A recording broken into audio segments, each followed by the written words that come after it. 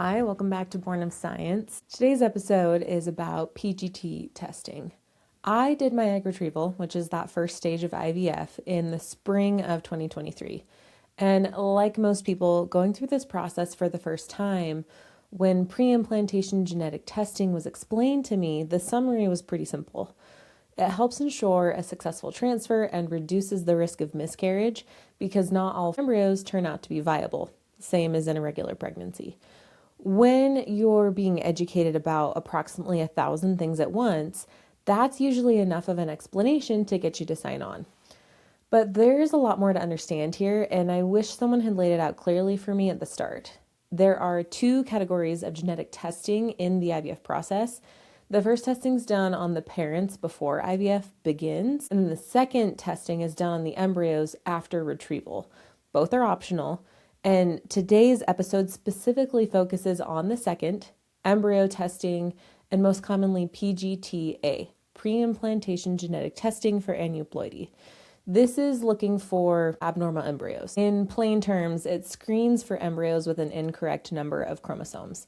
There is also PGT-M, which tests for single gene conditions and is customized based on a specific gene change, which is identified in the parents. A small cell sample is taken from each embryo to determine whether it's affected, it's a carrier, or it's unaffected. I have a distinct memory of sitting in that shiny conference room at my first fertility clinic, reading the fine print of that parental genetic screening contract, while my doctor sat across from me, quietly waiting for me to just sign everything away. And I sat in that squeaky leather chair and read every single line. And what I found gave me pause, specifically around how much genetic data this company that my clinic was using would hold over my husband and me for who knows how long. And we ultimately declined that testing. And honestly, I should mention here, this testing can also be done at your regular OBGYN's office. I think that's offered if you have any concerns. When we moved to a different clinic and decided to move forward with IVF after that whole journey, we did pursue PGTA testing, and I'm glad we did. I don't regret it. Like most people going through this for the first time, I did not want to repeat IVF multiple times if I could help it. The physical toll, the emotional weight, the cost, the time, the hormones, the idea of going through all of that only to face unsuccessful transfer after unsuccessful transfer was not something I was willing to accept if there was a tool that gave us better odds. Several studies have since come out confirming the efficacy of PGTA testing. In one study, there were 300 couples, 0 conceived using embryos that tested as aneuploid when compared to a control group. And that kind of data is significant. And here's the thing, this is why today's episode exists. Not every patient has been getting the full picture when these tests are purchased for PGT testing. PGTA is specifically what we're talking about. And that has some real consequences. I was lucky enough to sit down with Allison Freeman. She is an attorney at Constable Law in Florida and an IVF mom herself, to talk about what she's learned and what she's investigating and how certain PGT labs market these tests to fertility patients. PGT testing is a rapidly expanding area of research with new types of tests emerging constantly. I'm hoping we can bring on another professional to talk about some of this. It's an interesting realm for sure. Allison explains what patients should actually know and what some were not told. This is an episode where I would strongly encourage you to do your research, write your questions down before your next appointment, find out which lab your clinic partners with. And if you've chosen to pursue PGTA testing, read the fine print of your contract very carefully, every line of it. Mosaic and segmental aneuploid embryos are a separate and nuanced conversation we don't get into today. I'm also not really qualified to talk about that. We would have to interview somebody, but that is worth its own deep dive. So this is one piece of the IVF puzzle, but it's an important one. And I hope you walk into these conversations again with more informed consent and more confidence. So if you'd like to share your own story with Allison, you can find her on Instagram at IVF Advocate, and her firm, Constable Law, is searchable online. If you want to take some notes here, you can do that in the Coconut Cycles app. And I'm excited for you guys to hear this conversation with Allison. She was lovely. We had so much to talk about after. And it's been interesting. Some of these, we recorded this, I think, a few months ago now. It's been a journey to try to get all this stuff out the door. But now that we're finally getting it out the door, I have seen a few news articles come out, and there's starting to be a lot of traction around this story. And again, I will say, I'm not saying PGT testing is bad. I'm not saying that it's not effective. It's incredibly effective. I'm glad I did it. I don't regret it. I probably won't do it again because I'll never do IVF again. I'm over that. I'm not doing that journey again. I won't tell anyone what to do, but I would say I think it's worth looking into. But you need to know what you're getting into. You need to know how you are paying for it. You need to know if your insurance is covering it. And you need to know what the lab is doing with these embryos. That being said, please enjoy this conversation with the wonderful Allison Freeman. All right, Allison Freeman, thank you for being here. Today we're talking about PGT testing, and I want to lay it out simply for everybody. I found you on social media, and you are the IVF advocate for people who want to go find your work and what you're doing. You're suing the PGT-A, PGT-M, or all of it. You're suing those folks, right? Yeah. Pre-implantation genetic testing, there's a wide range. Like you just mentioned, there's PGTA, there's PGT-M, there's PGT-SR. Our lawsuits are solely on PGT-A, which is pre-implantation genetic testing for aneuploidy. And the purpose of that test is to take a biopsy of an embryo from the trophectoderm, which actually becomes the placenta, and you take like 5 to 10 cells, you run it through a lab's particular platform or their system, and then that spits out a result, and they provide that result to the individual, which will either say that the embryo has an abnormal, normal, or mosaic result. Abnormal is the aneuploid, normal is euploid, and mosaic is mosaic.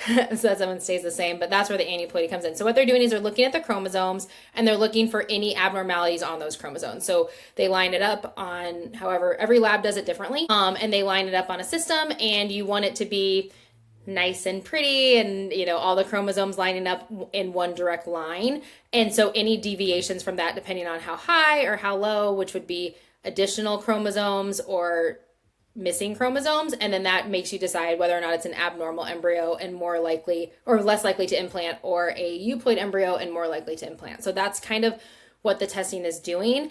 Where our lawsuits come in is that, as I said, that it looks at the chromosomes and determines, if it's less likely or more likely to implant. The issue that we have, it's not the test itself, but every single lab does it differently. And yet the claims that they make about what the test can and can't do is what our lawsuit is really about. So when you look up these testing labs, there are very, very, very strong claims for PGTA, right? Like it's how the accuracy rate, anywhere from, you may see 97, 98, 99% accurate, increases your chances of a healthy baby, decreases your chances of miscarriage. Just lots and lots of claims that when you're going through fertility treatments sound wonderful, right? Like shorten your time to pregnancy, lead to less rounds of IVF. All these things that you're like, okay, if I'm going through fertility treatments, that all sounds great, right? Like I don't want to have miscarriages. I want to have a healthy baby. I want to do it as quickly as possible with less rounds because it's expensive. And so all these claims that are made are very, very strong. And so most individuals are like, yeah, I'm in, right? Like I'm buying that test. And so what we started doing is, this is a product being sold in the United States, and most products, when they're sold here, you have to validate them. You have to, whatever you're saying to sell them has to be backed up by, validation studies, scientific support, all these things. You can't just go out there and say, oh, we have the best test on the planet, without making sure that you have the best test, or saying it's 98% accurate without making sure it's 98% accurate. So that's what we started looking into was, okay, all these labs are doing it differently. They're all kind of making these similar claims. What are these claims based upon? And that's where the issue started coming in, is we started seeing that the science that was out there was not backing up what was stated. And that's kind of where the lawsuits came from, is, okay, you're making these claims and the scientific support out there is not supporting those claims.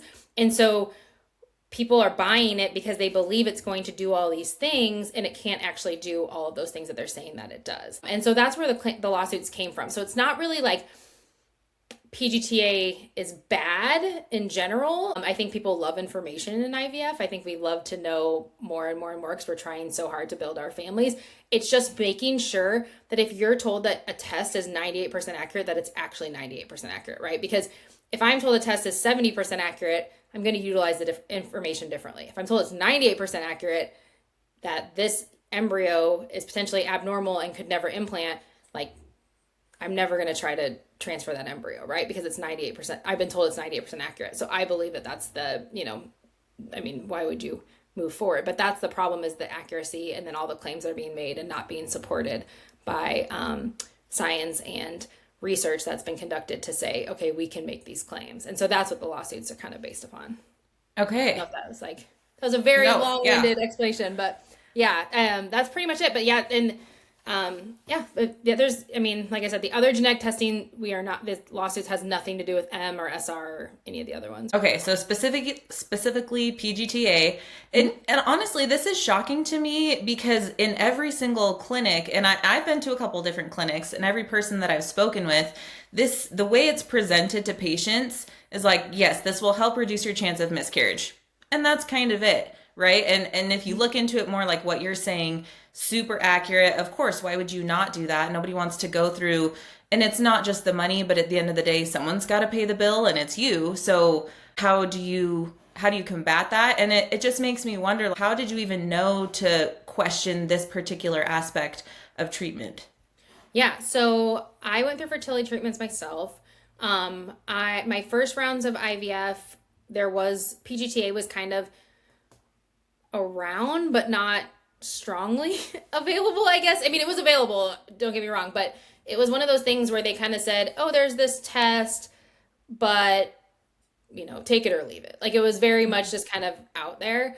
And then when I went back to do treatments again years later, it was, oh, you're older now.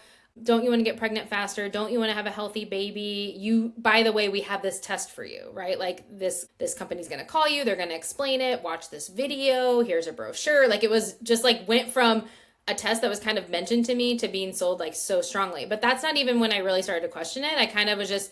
I was a little bit taken aback by how strongly it was sold to me. It kind of freaked me out, just because it sounded almost too good to be true to me. Like, well, I got pregnant with my first rounds of IVF without doing it, and now it's all, oh, you can't do IVF without it. And I was like, well, I did IVF without it the first time, so that seems crazy. But what started happening is I started having people reach out to me.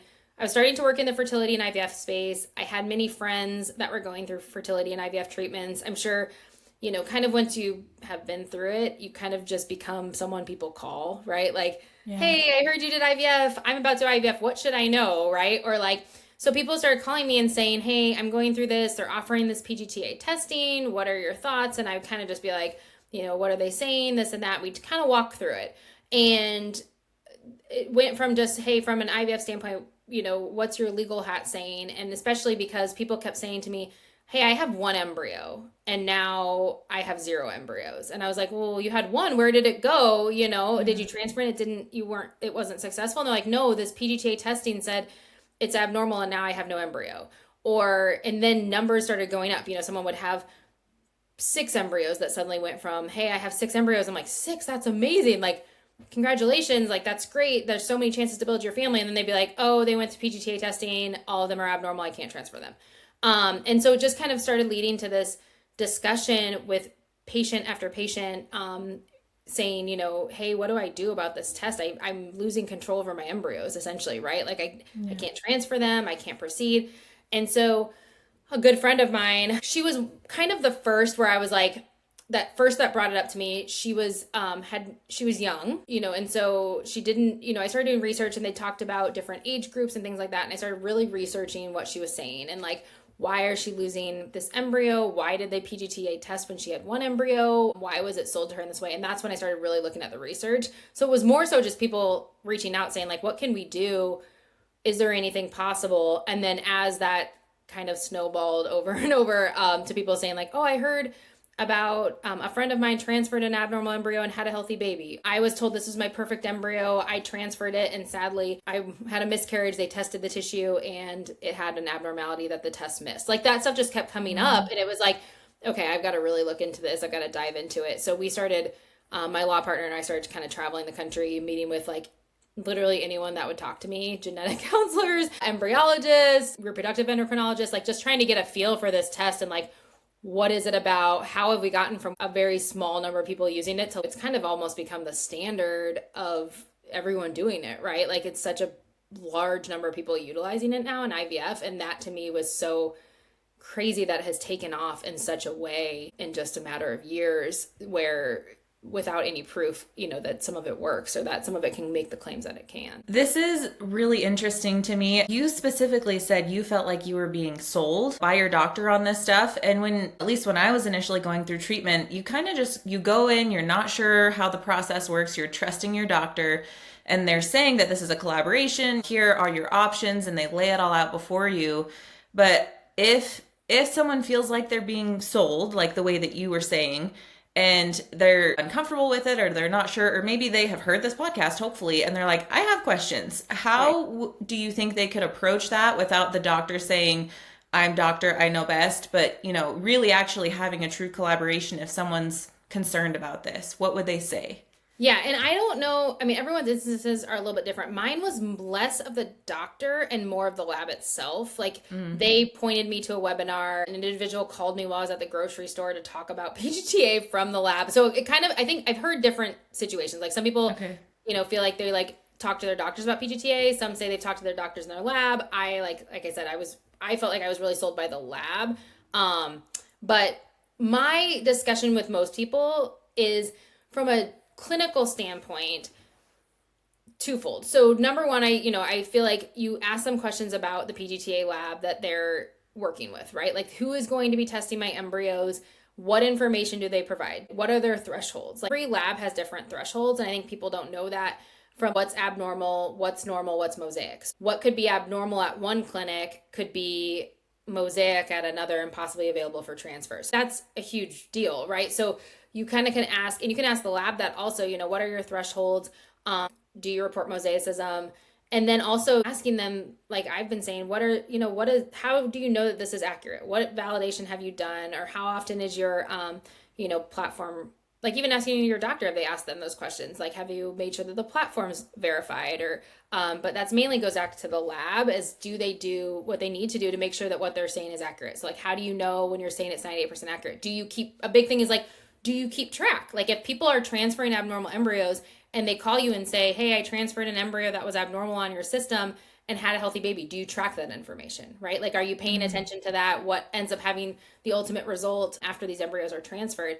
And then the second part of this that I mentioned with the clinics themselves is I think what's almost more important than deciding what to do with PGTA is what are you going to do with the embryos with the information? Will your clinic let you transfer them? Will they let you transfer mosaics? Will they let you transfer abnormals if that's all you have? Or, will they ultimately let you decide with the information what you want to do, right? Because you want them to guide you. You want to be on a process with them. But at the end of the day, they're your embryos, right? And are you going to be able to transfer them? Are you going to be able to do what you need to do? And some people have said, like, I would love the information, but at the end of the day, I would like to give every one of my embryos a try if that's all I have, right? Like if all I have is abnormals, I still would like to transfer them and see what the results are. Some people are like, no, I'm not comfortable with that, but they want to be able to make those decisions for themselves, right? So that's an important part of this is like, whatever the results may be, because the problem for most people is when you sign to do PGTA, you have no idea how many embryos you're going to have for testing,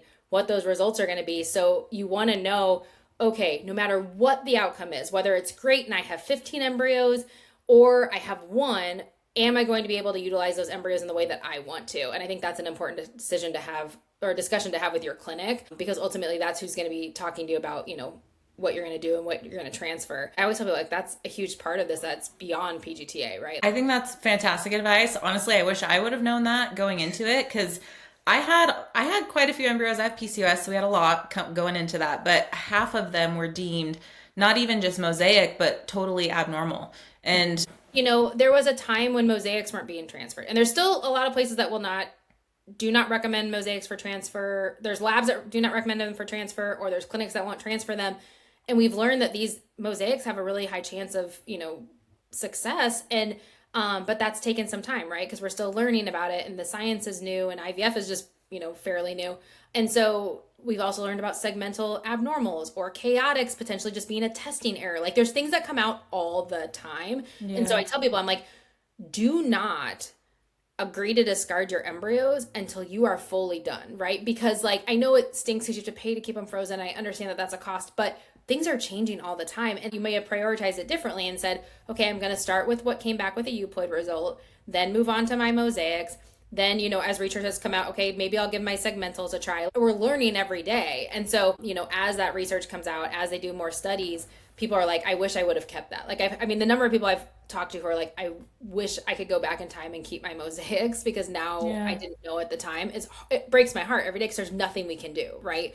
And so, yeah, I think that's like you said, it's important to know, okay, utilizing the information I have today, what do I want to do going forward? And then that way you know what to do. Yeah, I like that. And so knowing that this stuff is changing all the time, even in the last couple of years, arguably the last couple of months, we're constantly receiving new information. Would you say that PGTA is still something worth considering? Or is it more on the side of why are these clinics still using this test if it's so unreliable? Yeah, I think the information is still important in certain instances, depending on the lab, right? So if the lab, are labs that are validating their systems. There are labs that are, checking to make sure if we, like concordance, for example, that's like a very sciencey term in this area. How high is the concordance with the results?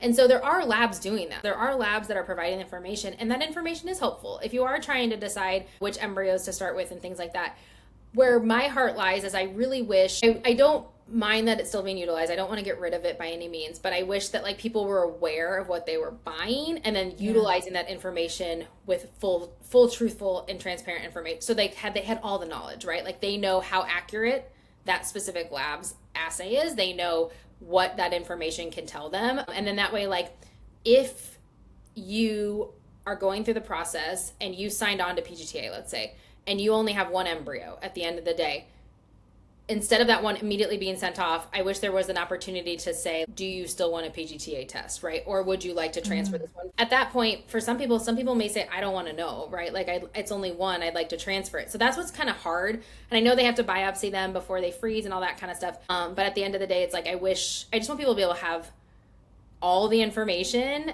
accurate about each particular lab so that they can decide for themselves, is PGTA right for me? Is this information right for me? And then they can decide what to do. Like I just want people to have the power, right? Like I'm all for patient power, patient knowledge. You can be as nerdy as you want. If you want all of it, you want to know everything, that's what PGTA, it gives you more information. So yeah, I don't think that it's one of those things where I'm like, I can't believe it's still being used. I just think we need to be utilizing proper labs that are doing what they're supposed to be doing, and then also making sure that when patients are buying it, they know exactly what they're buying, right? So they're not shocked, because it's heartbreaking that people are finding out that people transferred abnormal embryos and had healthy babies, and they're like, I can't bring those embryos back. Or the mosaics, I wish I would have never discarded those. Or even a really hard one is euploids, because people are told this is their perfect embryo, and when they put it in and then they find out there is an abnormality or they miscarry and it's tested, they're shocked to learn that the test doesn't always get it right?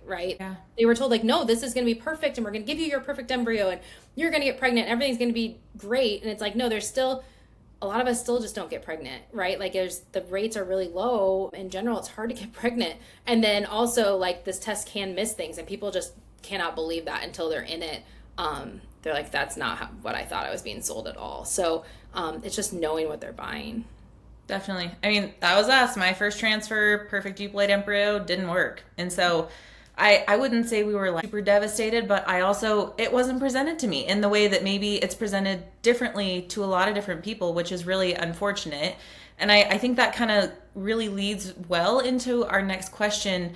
I'm curious, since you've gone down this road, since you've been speaking with people and now you have this active lawsuit, has the messaging changed as to the 98% accuracy? Yes, but yeah. Has it changed at all, that messaging to patients? So no, the labs are still marketing it the same way. I haven't seen any changes. I wish that they would change it, but right now it's being marketed the same. Actually, the marketing seems to I feel like it's gotten stronger on social media and out there, where they've kind of doubled down on how strong and how necessary the PGTA is, which is shocking to me. But that's where we are on that. And then, but I have noticed that people have told me that from a clinical standpoint, they're being able to transfer more than they were before. So before, most clinics were like no to these, or like the mosaic, like people are like, no, I'm able to have these conversations. If I want to rebiopsy, for example, like people are rebiopsying more to get new results, which there's concerns there because there is some research that shows the more you thaw an embryo, rebiopsy, there's issues. But for some people, they're like, look, if I don't rebiopsy this embryo, I'll never be able to use it, right? But if I rebiopsy it and the result comes back differently,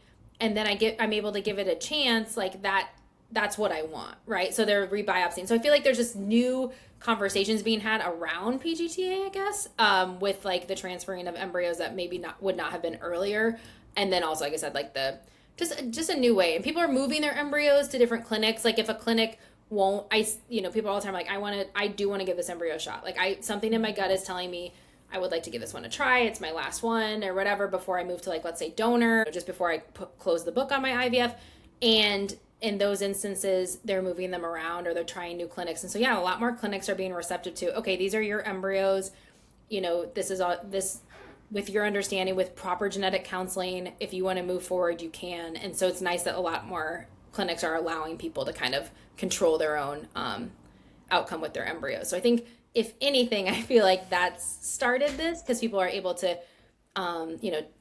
probably, I don't know if they're mentioning the lawsuits, but a lot more of the science and stuff to their clinics. Like, hey, did you know segmentals are leading to more babies and mosaics and things like that? So they're able to kind of utilize that information to get what they want done with their own embryos, which I think ultimately is, a win. Okay.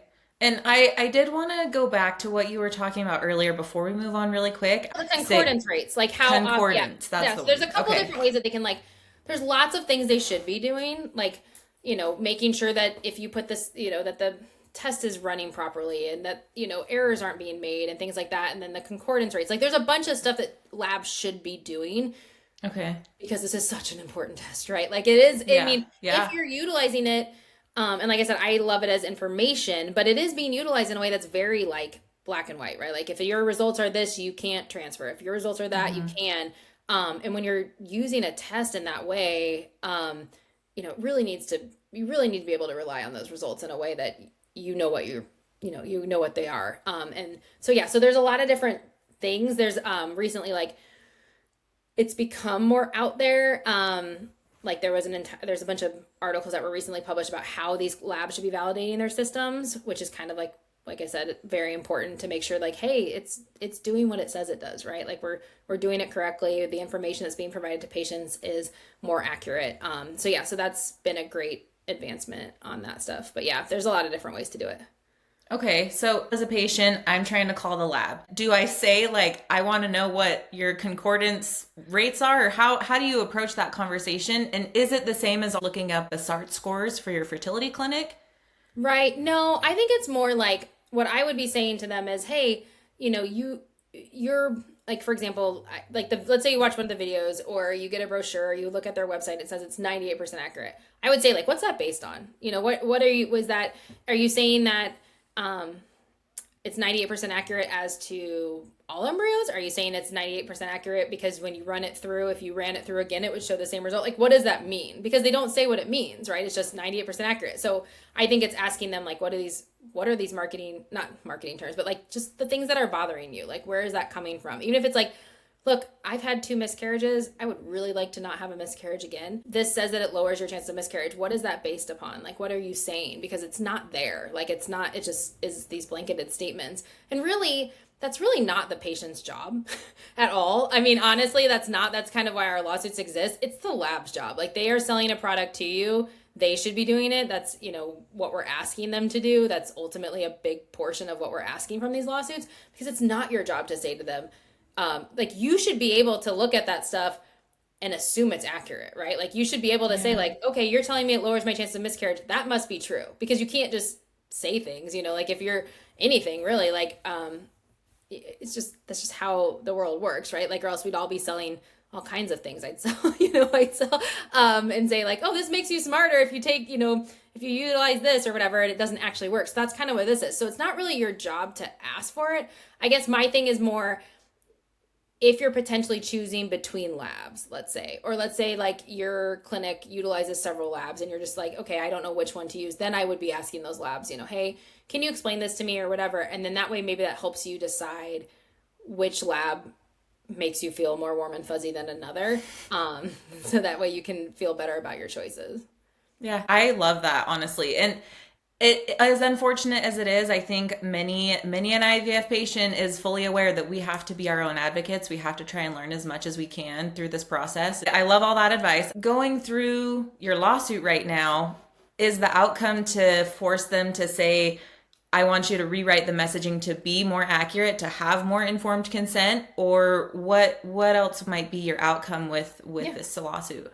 Yeah, I mean, there's a couple levels of what we're seeking. So one being monetary, right? Like people have bought this for years on false and misleading advertising. They've been harmed in that way, right? Like what they thought they were buying is not what they received. And if they had known, they wouldn't have bought it, right? Like if they'd known that it wasn't 98% accurate, if they would have known that it couldn't increase their chances of a healthy baby, they wouldn't have bought it. Like that's why they bought it, right? So when those statements are not accurate, they're damaged. And so that's one portion of it. The second portion is, like you said, the truth and transparency. Like we want the claims being made to sell these tests to line up with what they can and can't do. So if your test cannot lower the chances of miscarriage by 3% or whatever, depending on which lab you're looking at, what is it? Can it, and that's, just the truth of it. Like, what is it? If it just says, if all the tests can do is provide you with information to help you decide which embryos have the potential to possibly implant, like just say that, right? Like if that's all it does, if that's, if you're like,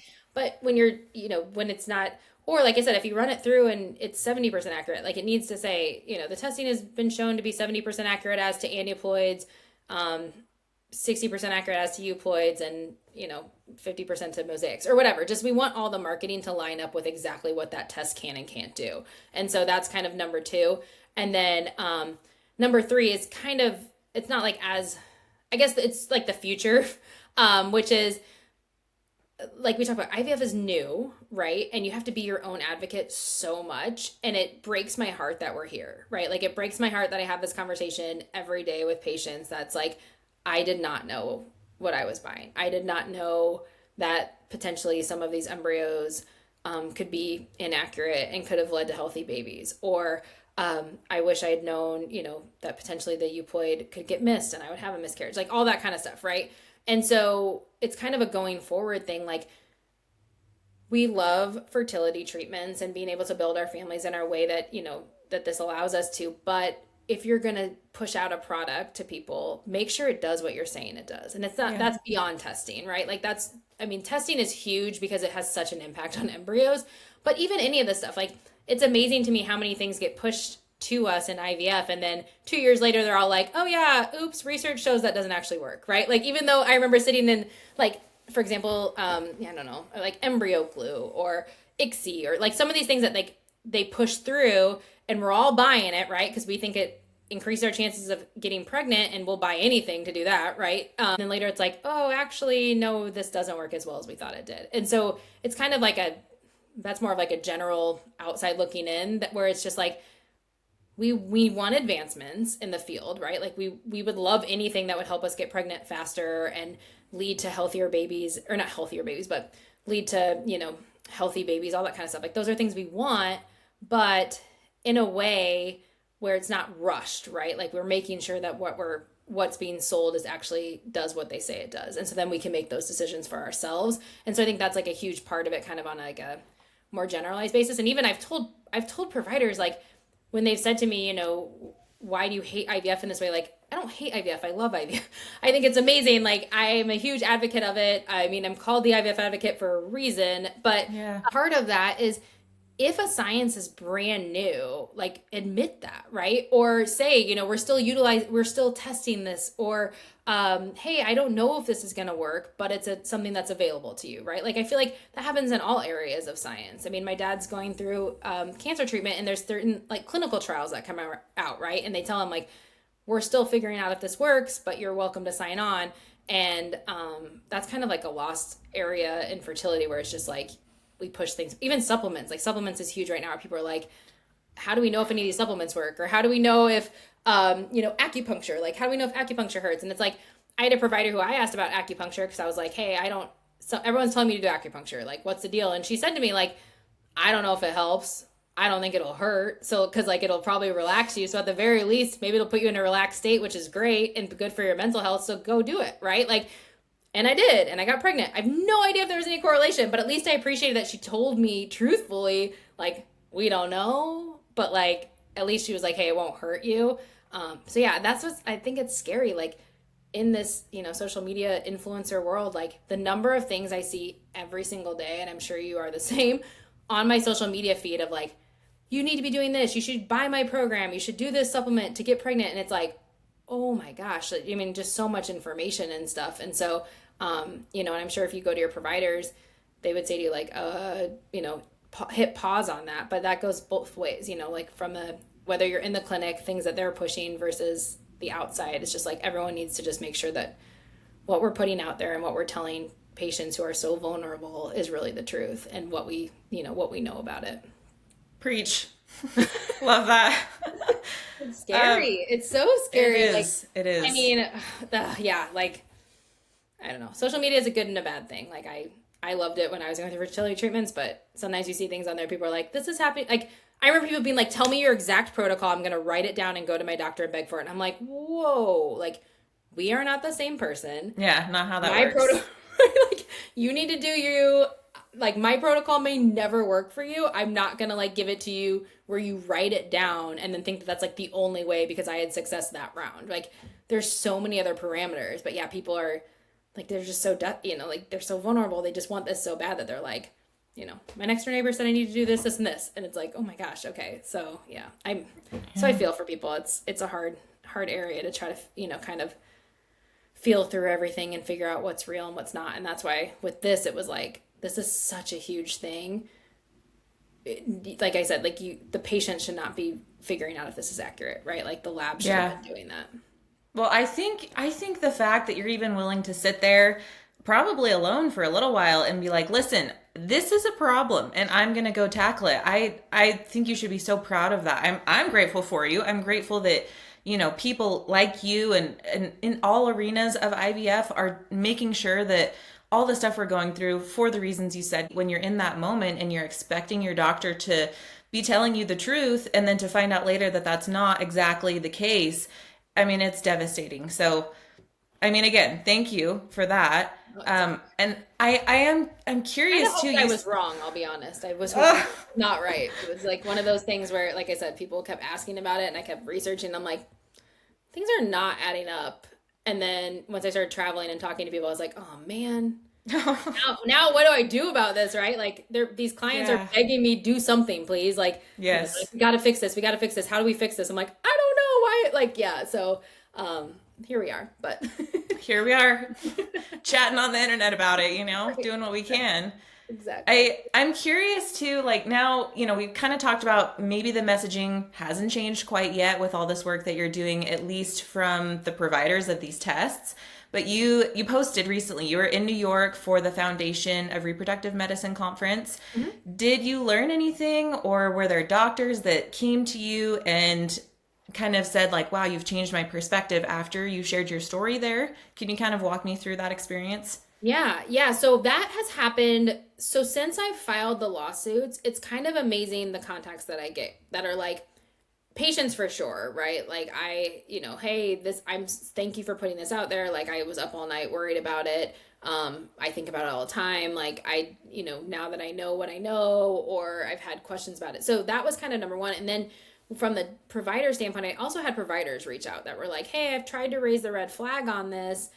Nobody listened, right? Or, hey, we've kind of had discussions internally about this. I mean, like I have doctors call that are like, hey, I've stopped offering PGTA in my clinic because I was worried about it and the research wasn't there. Or I found it concerning that insurance kept saying we won't cover it, right? Like over and over and over saying, hey, the research doesn't show it, so we're not going to cover it. And so, so I've been contacted by those providers. And so that was interesting to speak at the Foundation for Reproductive Medicine because, yeah, a lot of it was me, it was an opportunity to talk to providers. And so for me, I was like, we are so vulnerable, this community. Like, we will do anything. We're sponges. We take it all in. So, like, we're just asking you to care for us, right? Like, take the time, make sure what you're selling us is what you are actually selling us. And the number of people that had come up to me afterwards that was like, you're 1,000% right. Like, because I said, I think the example I gave was like, if you told fertility patients that they could get pregnant if they ate purple food, we would literally clean out our pantries, clean out our fridge, eat eggplant, grapes, and like, I was like, I can't think of another purple cabbage. Food. Like, Give me all the cabbage. And so many of them were like, you're right. And I said, so as I'm telling you, like something as big as this, or even that's why I said, like, that's where it kind of comes into the general stuff. Like anything that you're providing to patients, like you need to be sure that what you're telling them is the truth, because we take it. Like you said, I think you mentioned like, it's hard to question, right? Like you assume everything's like, they mean right by you and everything like that. So I was like, you have to be sure what you're saying is accurate. Cause yeah, we listened to all of it. So yeah, it was kind of funny, like having that opportunity, because they asked me to speak, but it was very like, hey, tell us about why you filed these lawsuits. And I think that's kind of boring. Like, I mean, it's not boring, but like, it doesn't make a difference. And what I'm trying to do is make a change, right? Like I want to change within this industry. I want to change, like I said, from a bigger standpoint, how things are sold to patients, and especially with regards to PGTA. So I was like, this is my chance, right? Like I don't know who's in this room. I knew who some of the people were, but I didn't know a lot of them. So I was like, this is my chance to say to them, like, give you the perspective from a patient who's been there, who bought everything that they were told, followed everything to a T, right? Like was terrified when I missed my shot by like a minute and a half or whatever, was like freaking out. So yeah, so it was like, I'm just going to talk to them about like, this is what we want. This is what we need. This is what we need from you guys. And so, yeah, so it was very positively received, which I thought was great. And then also like, I had a few people come up to me and say, I thought, like what you're saying is right. Like we really should be doing this. There's actually been a couple articles published. Two experts from Europe wrote an article about like how shame on the fertility industry that a group of lawyers had to call this to task. Like they were like saying like, we should have done this. Like, how did we let it get here? Why are these people like, where a lawyer is saying, hey, raising the red flag going, this is a problem. And so I heard a lot, some of them were saying that to me. It's sold very differently in other countries than it is in the United States. So it was interesting. There were a lot of people at this conference that were not from the United States.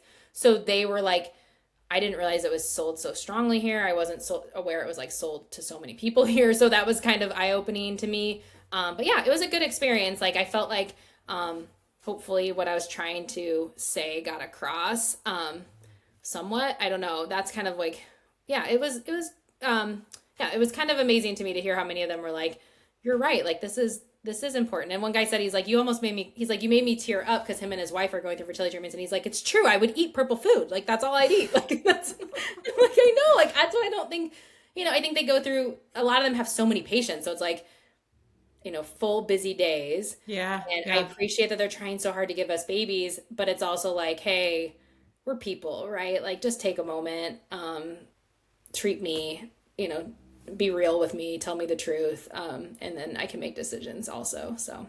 Yeah. I appreciated how you mentioned that with your dad, which I hope that all the stuff that he's going through, that he can get a good outcome as well. But I like that, most people, we need to be trusted to make our own decisions. And if you tell us that, we're not sure about this test, but it will give you more information, and do with that information what you will. So many people would just like kind of relax a little bit. Like it is high stakes in a way, but it almost makes it feel like, okay, yeah, this is an option, and I opted out of the genetic testing option beforehand.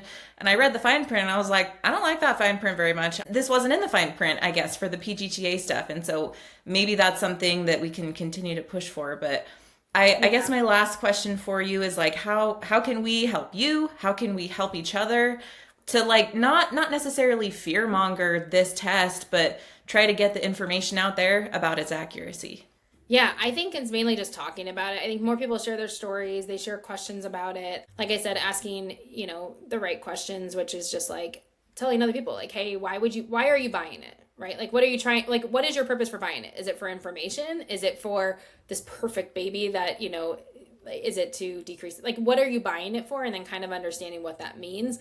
I think, like I said, like, ultimately that's not on the patients, that's on these labs. But at the end of the day, it's kind of just sharing that information. Like, the number of texts I get from people and calls and emails that are like, thank you for putting this out there. I now at least have all the information, not just one side of the story, which is all like flowers and rainbows and it's amazing. And it doesn't like, now I'm looking at it going, okay, let me look at it with like all, like, my eyes wide open, my ears wide open, and say, okay, is this something that I want? How do I plan on using it? Will it help my treatment? And then that way I can decide for myself. Because they're like, I don't feel like I had that. Like, I feel like when it was all lab marketing, I was just like, I'm insane to say no, right? Like, why would I ever say no? Yeah, But now that totally. I see this other side of it, and I've talked to other people who are like, I didn't do it because of this, or even though I did it, I still move forward with transfer or whatever. Then they're like, now I can make decisions for myself, right? Because now I have everything. And I think that's a huge part of it. So yeah, it's mainly just getting just having conversations with people. Like, I don't tell anyone to do it or not do it. It's more just like, just make sure you understand what it is and how you want to use it. And then that way you're able to just make those decisions for yourself, obviously with your provider's assistance. But ultimately, this is your journey. Like, it's so important. You're trying to build your family. No one cares about these embryos more than you. No one cares about you having a baby more than you. So, like, you have to make these decisions for yourself. And so the more that you are aware of everything that's available, everything that's out there, all the information, and can make that decision for you, I just think that that's the most powerful thing you can possibly have. Mic drop. Thank you so much. No, you're fine. Really, this was fantastic. I so appreciate your time. I fully intend to try to do my part to get this out here.